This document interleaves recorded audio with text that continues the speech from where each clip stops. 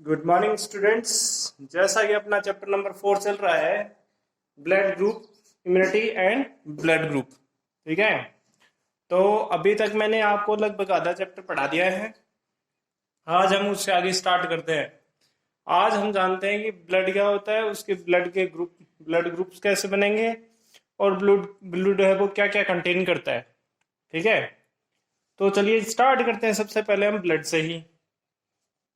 तो आप लोग देख पा रहे हैं यहाँ कि मतलब मैंने ब्लड की डेफिनेशन लिखी है। Blood blood is a red thick sticky tissue fluid. मतलब क्या है, ब्लड है वो रेड कलर का है, थिकी है मतलब मोटा है, मतलब एक तरह से ही कह सकते हैं, और स्टिकी यानी चिपचिपा टिश्यू है, फ्लूइड फ्लूइड है और टिश्यू भी है। Which flows in the blood vessels, मतलब क्या करेगा, ब्लड वेजल्स के अंदर ये फ्लो करेगा। ठीक है, it is a special special connective tissues containing of fluid matrix elements. मतलब क्या है कि ये एक स्पेशल तरह का कनेक्टिव टिश्यू है जिसमें बहुत सारे अलग अलग एलिमेंट्स प्रेजेंट है। मैट्रिक्स मतलब बहुत सारे, है ना, बहुत सारे एलिमेंट्स इसके अंदर प्रेजेंट है। The blood plasma is a straw coloured viscous fluid. इसके जैसे ब्लड है उसको पूरा ही मतलब है, उसके अंदर ब्लड नहीं होता, कुछ स्ट्रो यानी हम ये कह सकते हैं कुछ व्हाइट येलो कलर का सब्सटेंस होता है। ठीक ना, जो क्या करता है उसके अंदर प्रेजेंट होता है। It consisting nearly 55% of blood. मतलब हम ये कह सकते हैं कि अपने ब्लड के अंदर 55% तो क्या है, प्लाज्मा प्लाज्मा है। और उस प्लाज्मा 55% के अलावा जो 45% बचता है उसमें क्या कंटेन करते हैं, ब्लड वेसल्स कंटेन करते हैं। तो चलिए देखिए हम हम आपको बताते हैं कि आखिर इसमें आखिर कौन कौन सी ब्लड वेसल्स हैं। तो देखिए यहाँ लिखा है, blood constitute 3 types of blood vessels या कार्पसल्स कह सकते हैं। तो हमारे पास पहली आती है, वो आती है हमारे पास रेड ब्लड कार्पसल्स, है ना, और जिसे हम आरबीसी का नाम देते हैं, और एरिथ्रोसाइट्स भी कहते हैं इसको। ठीक है, एरिथ्रोसाइट्स। देखिए अब हम इसके ये जो चीज मैं आपको बता रहा हूं, तो उसका हम आगे अभी आपको यूज बता देते हैं कि क्या यूज है इस चीज का। These molecules play a significant role in the transportation of a respiratory gases। मतलब क्या है कि सिर्फ हमारे पास ब्लड, जो रेड ब्लड सेल्स है, वो हम जो सांस लेते हैं तो हम ऑक्सीजन अंदर लेते हैं और कार्बन डाइऑक्साइड बाहर निकालते हैं। तो उसमें भी एक सिग्निफिकेंट रोल प्ले करता है। सिग्निफिकेंट मतलब उनका एक प्रॉपर वे है, जो रेड ब्लड सेल्स है उनका, कि भाई ऑक्सीजन अंदर लेना है और पूरे ब्लड में फ्लो कर देना है। ठीक है, और फिर जो पूरे बॉडी के अंदर से कार्बन डाइऑक्साइड है उसको बाहर निकाल देना है। तो अगर हम बात करते हैं, सबसे पहले देखिए प्लाज्मा के बारे में मैं थोड़ी 2-4 बातें और आपको बता देता हूँ कि प्लाज्मा क्या करता है, हमारी बॉडी के अंदर जो भी फूड मटेरियल है इंस्टेटाइन द्वारा अब्जॉर्ब किया गया, उसको पूरी बॉडी में फैलाना, और पूरी बॉडी से जो वेस्ट मटेरियल है, टॉक्सिक सब्सटेंस है, उसको रिमूव करने का काम होता है। ठीक है, ब्लड बेसिकली ये हमारी बॉडी में काम करता है। तो मैंने एक आपको एक्स्ट्रा या एडिशनल चीज बता दी है आपको इसके अलावा। तो देखिए आगे आता है हमारे पास व्हाइट ब्लड कार्पसल्स या आरबीसी, या और उसे कैसे डब्ल्यूबीसी, या उसे कह सकते हैं लुकोसाइट्स। ठीक है, देखिए इसके बारे में पढ़ते हैं कि क्या है इसका function. It it refers it resists to infections and are responsible for the uh, immune transportation of a body। देखिए क्या करता है ये, हमारी बॉडी के अंदर जो भी इन्फेक्शंस होते हैं, आपको पता है कि आप प्रीवियस क्लासेस में पढ़े हैं तो आपको पता है कि कहते हैं कि जो व्हाइट ब्लड सेल्स होती हैं वो सोल्जर ऑफ द बॉडी होती है। आप लोगों ने पढ़ा है बहुत अच्छे से ये चीजें। ठीक है, तो ये क्या करते हैं, हमारी बॉडी में जो भी पैथोजेंस एंटर करने की कोशिश करता है उससे हमारी बॉडी को डिफेंड करती है, और हमारे इम्यून सिस्टम को बढ़ाती है। इम्यून सिस्टम मतलब हमारी ताकत को मेंटेन करने का काम किसका होता है? WBC का होता है।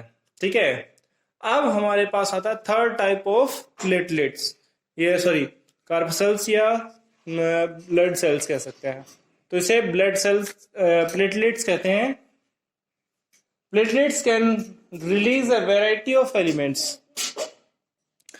जो हमारे पास प्लेटलेट्स होती है वो वैरायटी ऑफ एलिमेंट्स रिलीज करती है, most of which were involve in the coagulation and clotting of the blood. मतलब मोस्ट ऑफ जो प्लेटलेट्स होती हैं वो क्या करती हैं?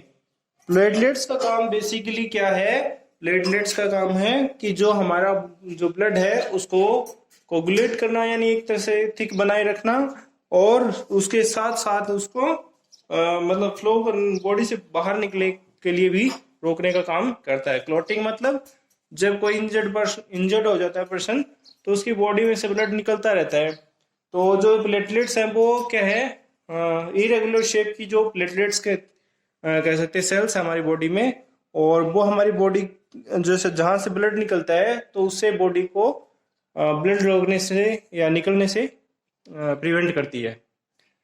चलिए स्टार्ट, एक बार मैंने आपको बता दिया, फिर भी एक बार रिकॉल कर देता हूँ सारी चीजें। सबसे पहले हाँ, अभी तक हमने पीछे बहुत सारी चीजें पढ़ी, इम्यूनिटी के टाइप और वो सब, इनेट और एक्वायर्ड इम्यूनिटी, ये सब हमने बहुत पढ़ लिया है। फिर हमने इम्यूनिटी के टाइप्स पढ़े हैं, स्ट्रक्चर पढ़ी है, एंटीबॉडी की, ये सब हमने पढ़ा है। तो अभी हमारे पास हम पढ़ रहे हैं ब्लड के बारे में। तो ब्लड कैसा?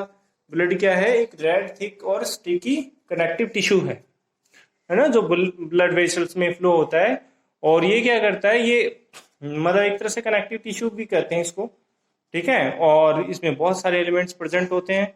ये बॉडी के अंदर जो प्लाज्मा होता है वो वाइट येलो कलर का होता है, या स्ट्रोक कलर कह सकते हैं, है ना। विस्कोसियस मतलब होता है जो बहुत हल्के धीरे धीरे से फैलता हो, उसको विस्कोसियस कहते हैं। अभी ये बॉडी में हमारे प्लाज्मा होता है, 55% होता है वो इसके अंदर, ब्लड के अंदर प्लाज्मा। और प्लाज्मा के अलावा 45% हमारे पास ब्लड सेल्स होती है बॉडी के अंदर। तो प्लाज्मा में जो ब्लड सेल्स होती है वो 3 तरह की होती हैं, आपको अभी बताया, RBC, WBC एंड प्लेटलेट्स, ठीक है ना। तो हम ये तीनों के बारे में आपको बता चुके हैं कि RBC क्या करता है, WBC क्या करता है एंड प्लेटलेट्स क्या करते हैं। RBC क्या करता है? वो हमारी बॉडी में जो भी गैसेस होती हैं उनको एक्सचेंज करने का काम करता है। WBC है वो अपनी बॉडी को डिफेंड करने का काम करता है। और प्लेटलेट्स है वो बॉडी के अंदर से जो ब्लड है उसको बाहर निकलने से रोकने का काम करता है। तो ये हमारे पास इनके जो अभी तक आपको पढ़ाया उसका है। तो आगे चलते हैं, आगे देखते हैं क्या आता है हमारे पास। तो चलिए आगे स्टार्ट करते हैं अपन। आगे अभी की हमने पीछे जो ब्लड वेजल्स थी उनके बारे में पढ़ा, और अब हम आगे स्टार्ट करते हैं कि आगे क्या आता है हमारे पास इसमें। तो चलिए देखते हैं क्या है सब। तो हमने पीछे पढ़ा कि ब्लड ग्रुप के बारे में, या ब्लड क्या होता है, उसमें क्या क्या कंटेन करते हैं। जैसे प्लाज्मा हो गया 55%, 45% ब्लड सेल्स हो गई, तो ब्लड सेल्स के बारे में पढ़ा। अब हम पढ़ते हैं ब्लड ग्रुप्स के बारे में, ठीक है। ब्लड के बारे में पढ़ा और वो सब। तो सबसे पहले अगर ब्लड ग्रुप का क्लासिफिकेशन का श्रेय जाता है या क्रेडिट जाता है तो वो जाता है कार्ल लैंडस्टर को, है ना। लैंडस्टर, देखो ये लिखा हुआ कार्ल लैंडस्टर in 1901, ठीक है। Firstly introduced the classification of different blood groups on the basis of the presence or absence of the different antigen found on the surface of RBCs। मतलब क्या है? सबसे पहले अगर हम बात करते हैं कि classification of the blood group की, तो सबसे मतलब ये क्रेडिट जाता है किसको जाता है? कार्ल लैंडस्टर को। और इन्होंने ये कैसे क्लासिफाई किया? उन्होंने ये क्लासिफाई किया on the basis of presence और absence of the different antigen found on the RBC surface. मतलब आरबीसी के सरफेस पे कौन कौन से एंटीजन और प्रेजेंट है और कौन एब्सेंट है, उसके बेसिस पे उसको क्लासिफाई किया था। ठीक है, आगे देखते हैं। Different blood groups can be classified, मतलब उस बेसिस पे उन्होंने डिफरेंट ब्लड ग्रुप क्लासिफाई किए to such a grouping of the ABO and IRH। मतलब ये क्या है, ABO ग्रुप और IRH है ना, मतलब हमने RH फैक्टर पढ़ना है, वो कंसिडर किया गया। Are widely used all over the world, ठीक है ना, पूरे वर्ल्ड में ये दोनों चीजें, यानी कि ABO और RH जो फैक्टर है वो हमारे पास इसमें यूज किया जाता है। ठीक है, the plasma of a different individuals contains two natural antibodies protein produced in the मतलब रिस्पॉन्स ऑफ एंटीजन। मतलब कह रहा है कि प्लाज्मा के अंदर डिफरेंट नेचुरल या दो एंटीबॉडीज प्रोड्यूस होती हैं, natural antibodies to response the antigen. मतलब एंटीजन को रिस्पॉन्स करने के लिए क्या बनेगी, एंटीबॉडीज बनेगी, किसमें, हमारी ब्लड में। ठीक है, तो अब ये हमें क्या बताया इसने, कार्ल स्लेंडिस्टर ने बताया। कैसे बताया, कार्ल स्लेंडिस्टर ने 1901 में क्लासिफाई या इंट्रोड्यूस किया classification of different blood groups. किस बेसिस पे, प्रेजेंस और absence of the different antigen on the surface of RBCs, है ना। और इसी को इसने क्या किया, ब्लड ग्रुप में क्लासिफाई किया। और दो सब ग्रुप यूज किए, सब ग्रुपिंग उन्होंने यूज की, एक तो ABO और एक RH फैक्टर जिसे कहते हैं। ठीक है, तो वो यूज किया उन्होंने, और इसको बताया, इन्होंने बताया कि जो हमारे बॉडी में या ब्लड में प्लाज्मा होता है वो टू डिफरेंट इंडिविजुअल पे क्या करेगा, नेचुरल एंटीबॉडी बनाएगा, किस लिए, रिस्पॉन्स टू एंटीजन को रिस्पॉन्स करने के लिए। ठीक है, ये इसने बताया हमारे पास, किसने, कार्ल स्लेंडिस्टर ने।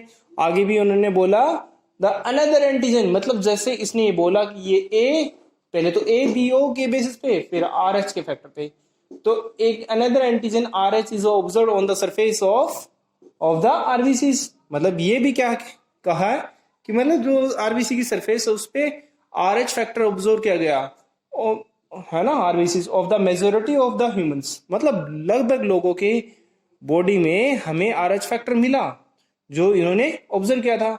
सच individuals are called RH positive.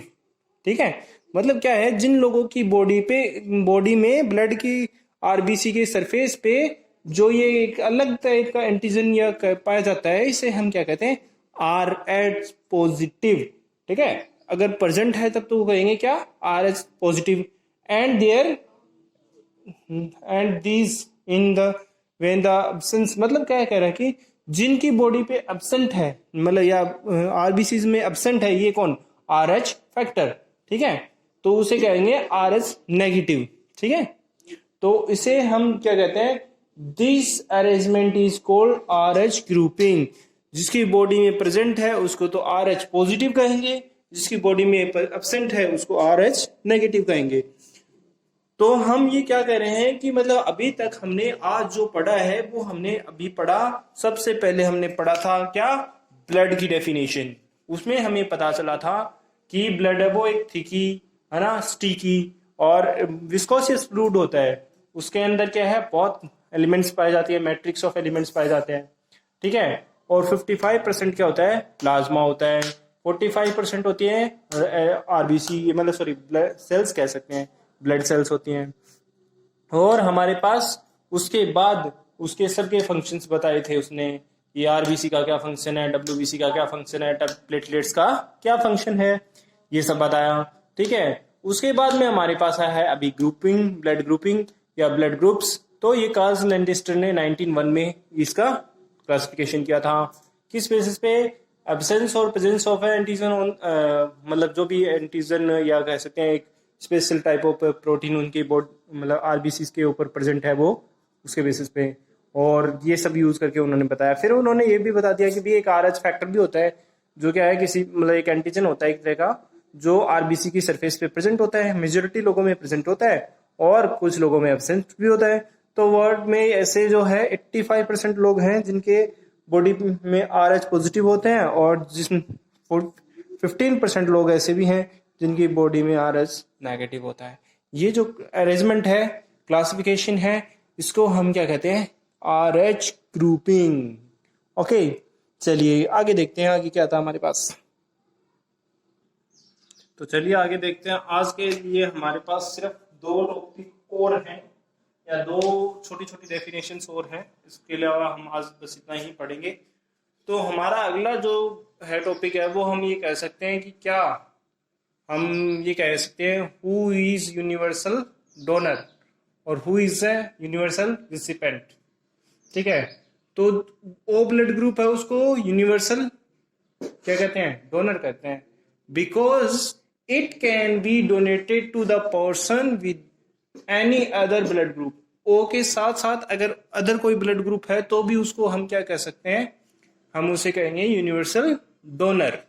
ठीक है, इसे यूनिवर्सल डोनर कहेंगे। ऐसे ही हम क्या कहेंगे, the AB blood group is called universal recipient because it can be receive या accept the blood from the person with AB as well as other blood group. देखो हम क्या कह रहे हैं कि जिस पर्सन का अगर ब्लड ग्रुप है वो AB है, ठीक है, उसके अलावा अदर ब्लड ग्रुप्स हों तो भी हम उसको क्या कहेंगे, हम उसे कहेंगे क्या, यूनिवर्सल रेसिपेंट। यूनिवर्सल रेसिपेंट कह सकते हैं।